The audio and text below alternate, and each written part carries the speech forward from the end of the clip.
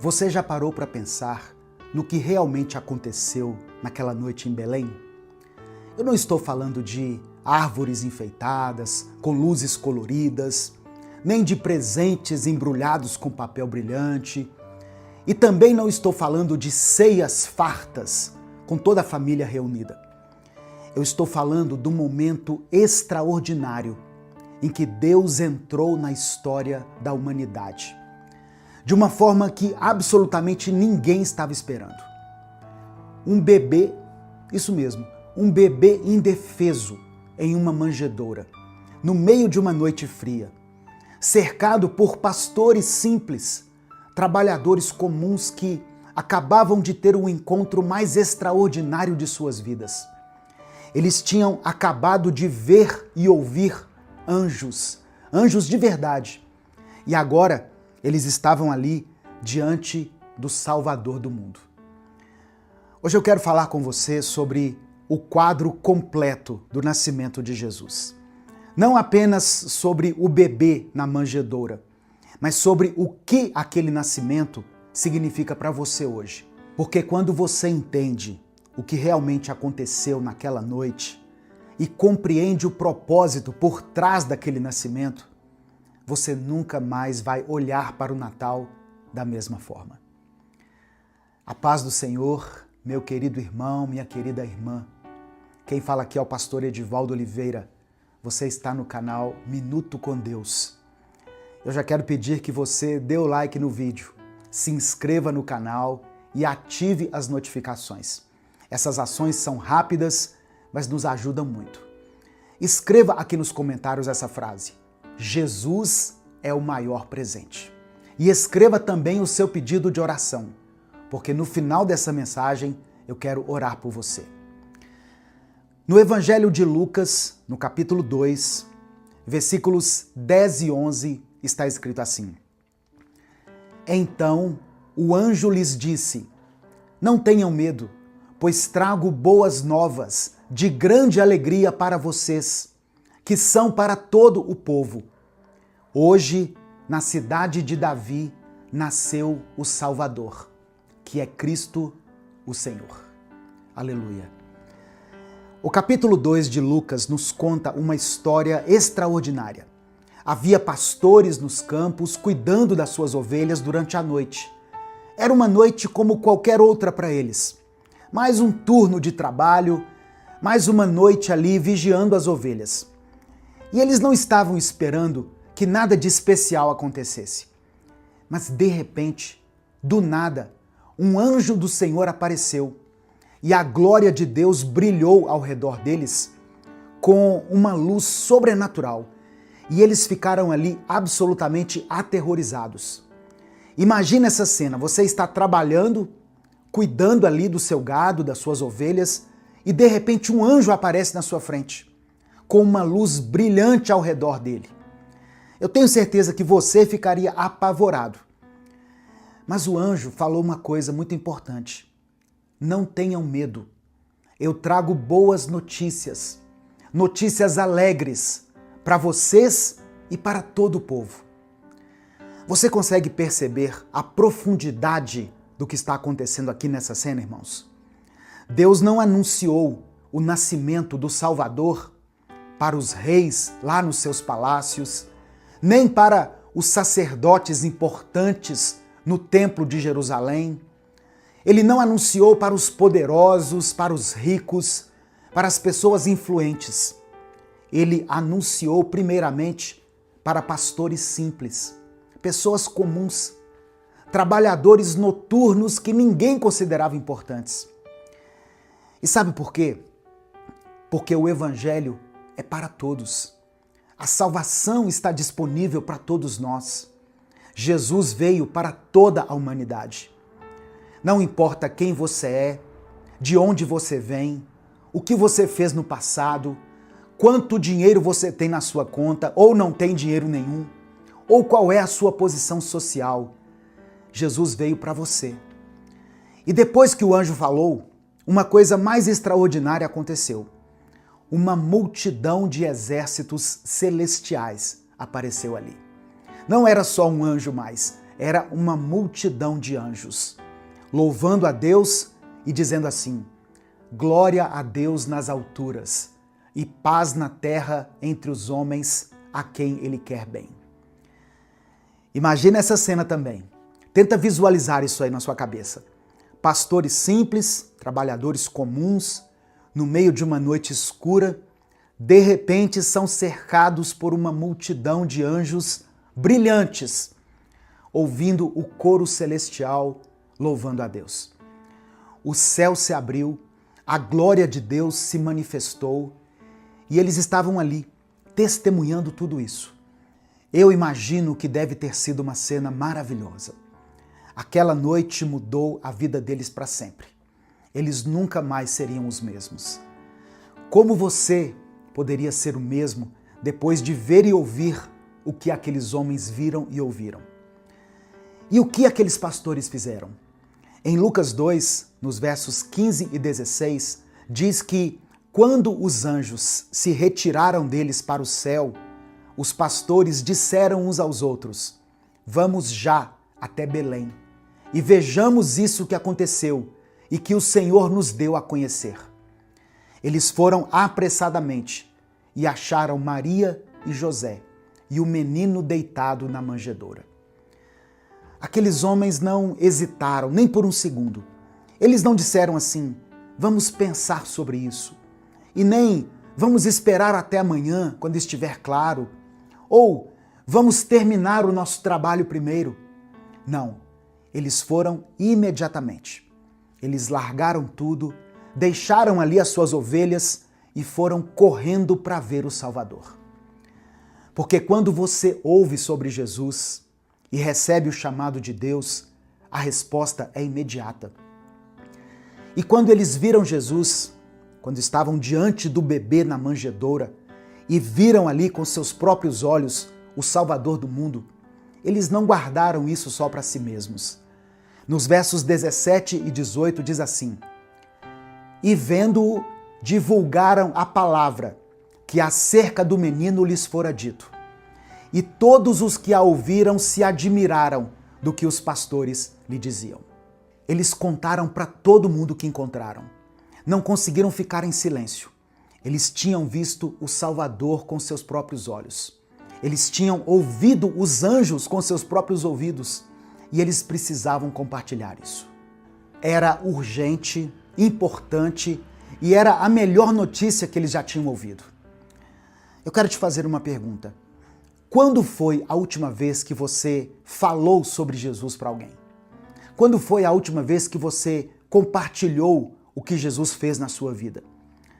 Nesse Natal, você falou sobre presentes, comida, decoração, roupa nova, mas você falou sobre Jesus?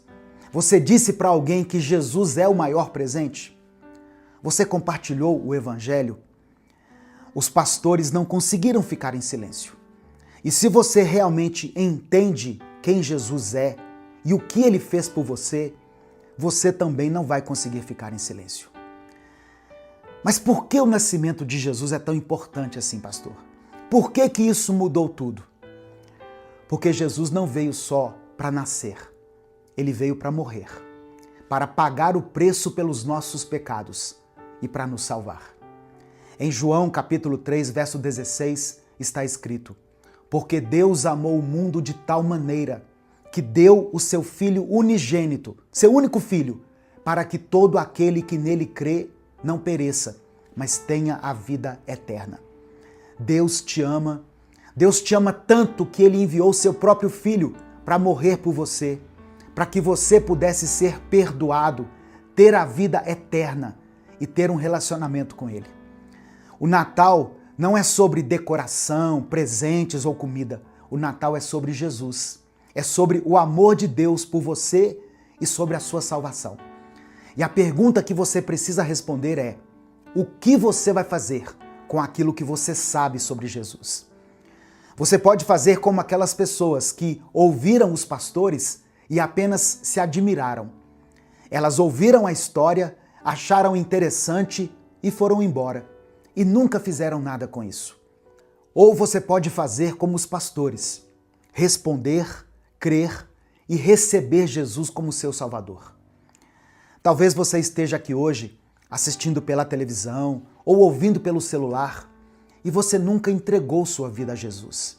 Você ouviu sobre ele, sabe quem ele é, mas nunca o recebeu como seu Salvador pessoal. Hoje é o dia, agora é a hora. Romanos 10, verso 9 diz assim, olha, se com a tua boca confessares Jesus como Senhor e em teu coração creres que Deus o ressuscitou dentre os mortos, serás salvo. Você não precisa esperar o tempo certo e nem estar em um lugar especial. Você pode ser salvo agora mesmo, aí onde você está. Talvez você esteja dirigindo, talvez esteja na sua casa, no seu trabalho, não importa. Você pode falar com Deus agora. Diga assim, Senhor Jesus, eu sei que sou pecador e que preciso de um Salvador. Eu creio que o Senhor morreu na cruz pelos meus pecados e que o Senhor ressuscitou. Eu te peço para me perdoar dos meus pecados. Eu te recebo como meu Salvador e como meu Senhor. Transforma a minha vida. Me salva agora. Escreve o meu nome no livro da vida. Eu oro em teu nome. Amém. Se você fez essa oração agora, escreva aqui nos comentários. Eu recebi Jesus. Porque hoje você se tornou filho de Deus. Hoje você foi salvo. E quando você for salvo, você vai querer contar para alguém.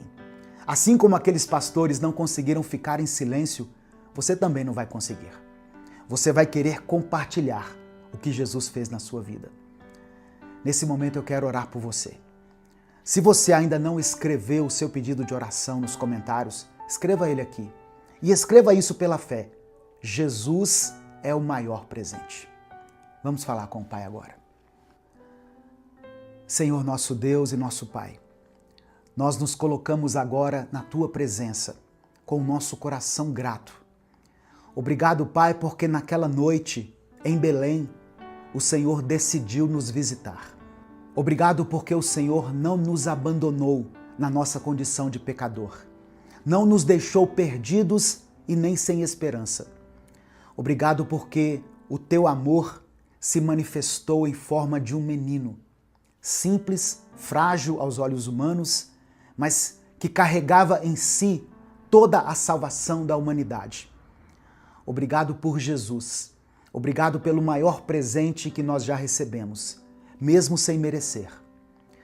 Pai, antes de fazer qualquer pedido, nós queremos reconhecer. Nós somos falhos, somos pecadores, muitas vezes nos distraímos com tantas coisas e acabamos deixando Jesus em segundo plano. Nos perdoa, Senhor. Nos perdoa pelas vezes em que celebramos o Natal sem celebrar o Cristo. Pelas vezes em que nos afastamos do propósito, em que endurecemos o coração e confiamos mais em nós mesmos do que em Ti.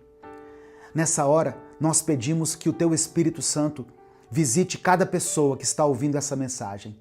Que não seja apenas um momento emocional, mas que seja um encontro real. Que os olhos espirituais de cada um sejam abertos, que os corações sejam tocados e que as mentes sejam renovadas. Assim como os pastores tiveram aquela noite comum, transformada em um marco eterno, transforma também a vida desse irmão e dessa irmã. Que ninguém saia do mesmo jeito e nem permaneça igual, depois de ouvir falar sobre Jesus. Pai, eu oro agora por aqueles que estão escrevendo seus pedidos de oração aqui nos comentários. O Senhor já sabe de cada história, cada nome, cada lágrima derramada. Eu oro por essa família, por esse irmão, por essa irmã que está enfrentando dificuldades financeiras. O Senhor é o Deus da provisão. Oh, meu Pai, abre as portas onde elas não existem. Derrama da Tua sabedoria, do Teu sustento e dá a Tua direção. Conceda a Tua paz ao coração daquele que está preocupado com as dívidas, com o sustento, com o dia de amanhã. Eu oro por esse irmão e por essa irmã que está enfrentando uma enfermidade, seja no corpo, na mente ou na alma. Estende a Tua mão de poder. Traz cura, restauração, alívio e força. que essa pessoa sinta agora a tua presença, trazendo esperança para ela. Eu oro por aqueles que carregam dores emocionais profundas, feridas do passado, rejeições, perdas, solidão, ansiedade, depressão. Entra nesses lugares que ninguém mais consegue entrar, Pai. Acalma essa mente, conforta esse coração e renova a esperança. Eu oro pelas famílias, pelos lares que estão divididos, pelos relacionamentos feridos e pelos casamentos que estão em crise. Que o teu amor visite essas casas e que haja reconciliação, perdão e restauração. Eu oro também pela salvação de cada familiar, por esse filho, essa filha, o pai, a mãe, o irmão que ainda não se rendeu a ti. Alcança esse coração, remove a cegueira espiritual e atrai essas vidas com o teu amor. Que esse Natal seja diferente, Deus. Que não seja apenas mais uma data na nossa agenda, mas que seja um divisor de águas. Que cada pessoa compreenda de forma profunda que Jesus é o maior presente. Nós entregamos todos os pedidos de oração em tuas mãos e confiamos que o Senhor vai fazer conforme a tua vontade. Receba a nossa gratidão, a nossa fé e a nossa entrega. É no nome de Jesus que nós oramos e por isso desde já te agradecemos. Amém. Antes de encerrar, eu quero só dar um aviso. Se você ficou sem tempo para comprar um presente ou não sabe o que presentear algum amigo, seu cônjuge ou algum parente, acesse o site livrariapropósito.com. Vai estar aqui no comentário fixado desse vídeo. Lá você vai encontrar vários livros em formato digital que você pode adquirir e receber no seu e-mail agora mesmo, para mandar de presente para alguém que você ama. Tem livros devocionais com mensagens para cada dia do ano. Tem o livro Casamento Firmado na Rocha, para quem busca um renovo no casamento. Tem o livro De Homem para Homem, também daqui do Ministério Minuto com Deus. Várias opções com preços bem acessíveis, a partir de R$ 7,90. Você pode baixar o livro no seu celular e mandar de presente por e-mail ou até mesmo pelo WhatsApp. O link está aqui no comentário fixado. Eu, pastor Edivaldo Oliveira, e toda a equipe do Ministério Minuto com Deus, desejamos a você e a sua família um Natal abençoado, com paz, felicidade, alegria e verdade na presença do Senhor. Jesus é o maior presente do Natal. Celebre essa verdade. Compartilhe essa mensagem com as pessoas que você conhece. Deus te abençoe. Esse foi mais um Minuto com Deus. Se esse vídeo chegou até você, eu creio que isso não foi por acaso. Talvez Deus esteja te chamando para dar um próximo passo na sua caminhada de fé. Meu nome é Edivaldo Oliveira. Eu sou pastor, teólogo, escritor e conferencista. Eu também sou o criador do canal Minuto com Deus, que está no ar há mais de 10 anos. Há muito tempo eu tenho observado uma coisa. Pessoas que amam a Deus, mas que vivem cansadas, ansiosas e sobrecarregadas em áreas importantes da vida. Muita gente ora, lê a Bíblia, frequenta a igreja, mas vive no limite emocional. A pessoa ama a Deus, mas não consegue ter uma vida organizada. E isso acaba afetando os relacionamentos, as emoções que ficam desgovernadas, as finanças que acabam vivendo na base do improviso. E eu quero te dizer que o problema não é falta de fé. Jesus disse em João 10, no versículo 10, que veio para nos dar vida, e vida em abundância. Vida abundante não é uma promessa vazia, é o resultado de uma vida alinhada aos princípios de Deus. Deus é um Deus de ordem, de processo e de crescimento. E foi pensando nisso que nasceu o método Vida Abundante. É um treinamento prático, estruturado e bíblico, criado para te ajudar a alinhar sua vida espiritual, emocional, relacional e financeira à vontade de Deus. Não é autoajuda, é Bíblia aplicada à vida real. Dentro do método, Você vai aprender a fortalecer sua vida espiritual, governar melhor suas emoções, construir relacionamentos saudáveis, organizar sua vida financeira com princípios bíblicos. Tudo isso de forma clara, prática e no seu ritmo. Eu não estou te prometendo uma mudança instantânea, não é fórmula mágica, mas você pode viver uma transformação consistente à medida em que você aplica os conhecimentos do método. Quando a raiz do problema é tratada, os frutos aparecem. Mais clareza, mais paz, mais direção, mais equilíbrio. Se enquanto você me ouvia, alguma coisa falou forte aí dentro do seu coração, não ignore. Logo abaixo desse vídeo tem um link para você se inscrever no Método Vida Abundante. Clica nesse link, faça a sua inscrição e comece hoje mesmo essa jornada de crescimento e transformação. Que Deus te abençoe ricamente. Eu espero caminhar com você nessa jornada. Irmãos, presta atenção. Jesus sabia que essa tentativa de acumular riquezas, ela estaria presente em todas as épocas. Jesus estava se dirigindo às pessoas daquela época, mas como Deus, em sua onisciência, ele sabia que essa tentativa de acumular riquezas estaria presente em todas as gerações, como está presente nos dias de hoje.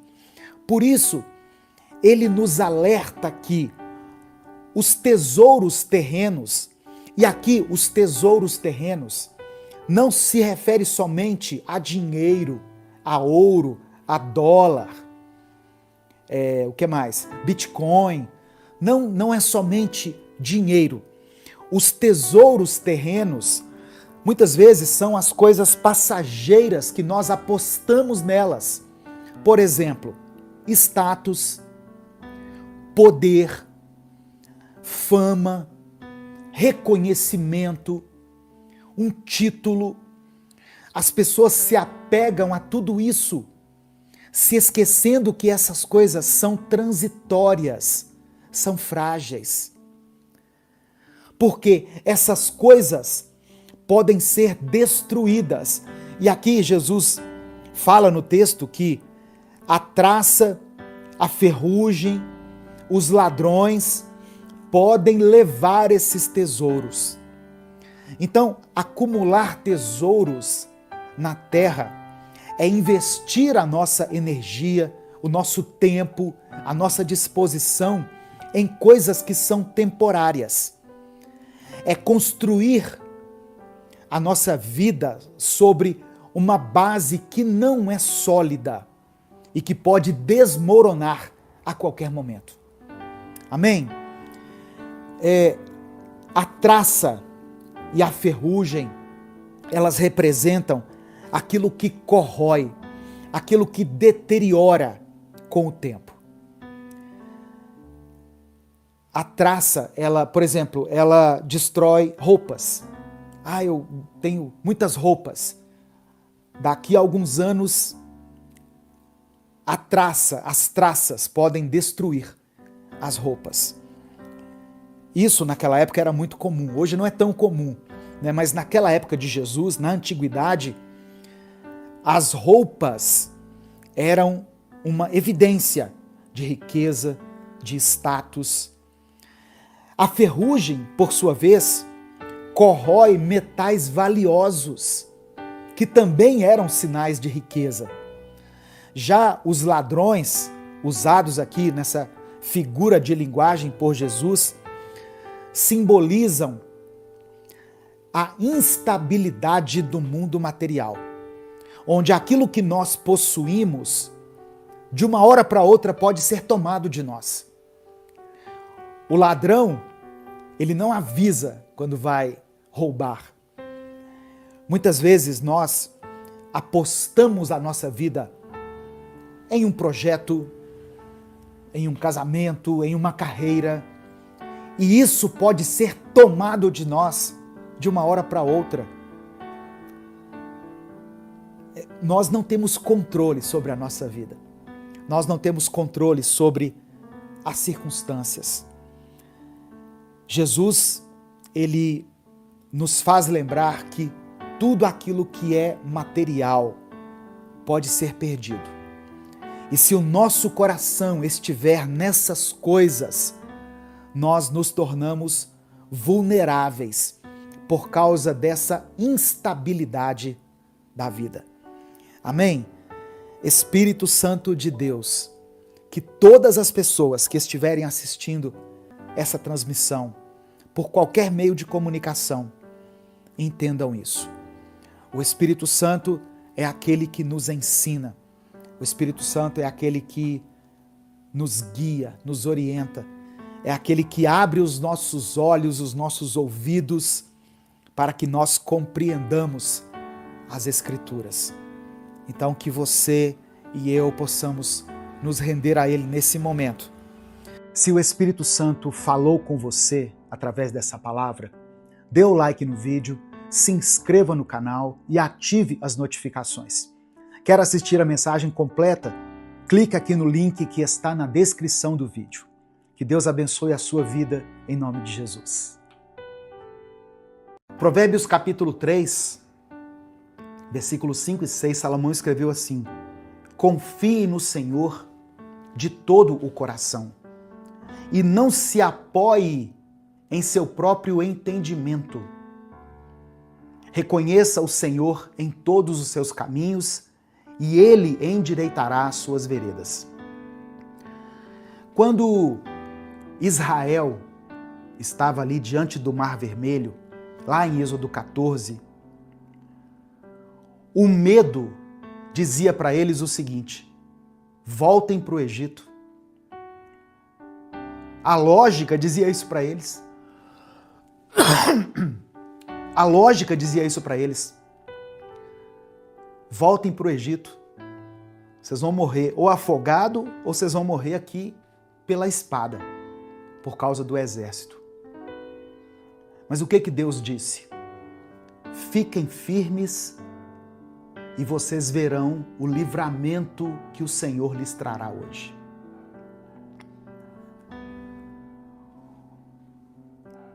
O perigo de buscar refúgio fora da vontade de Deus.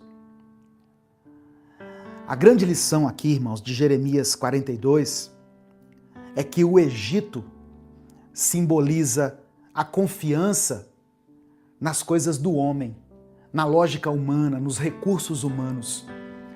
O povo queria depender da força militar e das riquezas do Egito, mas Deus estava chamando eles para depender exclusivamente dele. E ir para o Egito ia contra tudo aquilo que Deus já havia falado. Lá em Isaías, no capítulo 31, no verso 1, Deus já tinha advertido: ai dos que descem ao Egito em busca de ajuda. Tá vendo? Que contam com cavalos, confiam nos seus carros porque são muitos, e nos seus cavaleiros porque são muito fortes, mas não olham para o Santo de Israel, nem buscam ao Senhor. Então, a resposta que as pessoas queriam aqui do profeta Jeremias já tinha sido dada por Isaías lá no capítulo 31.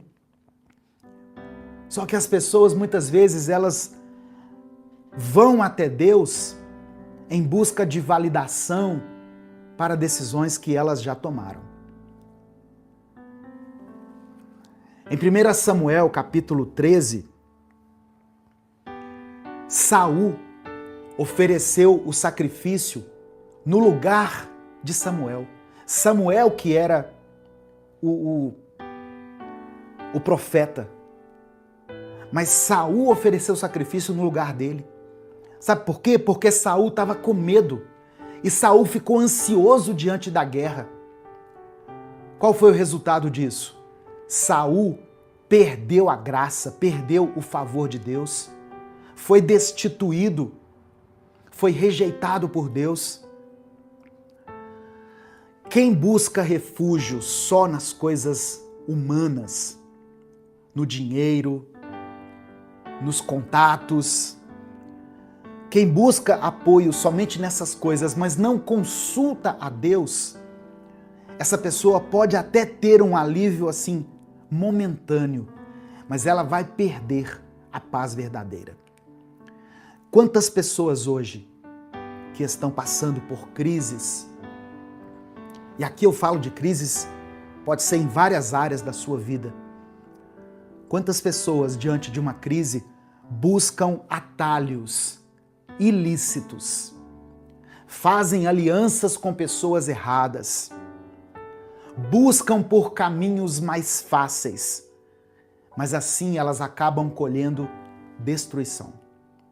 Não é verdade? Então, obediência só de palavras não basta.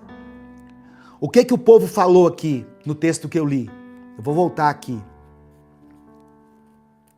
Vou voltar lá no texto inicial, que é Jeremias 42.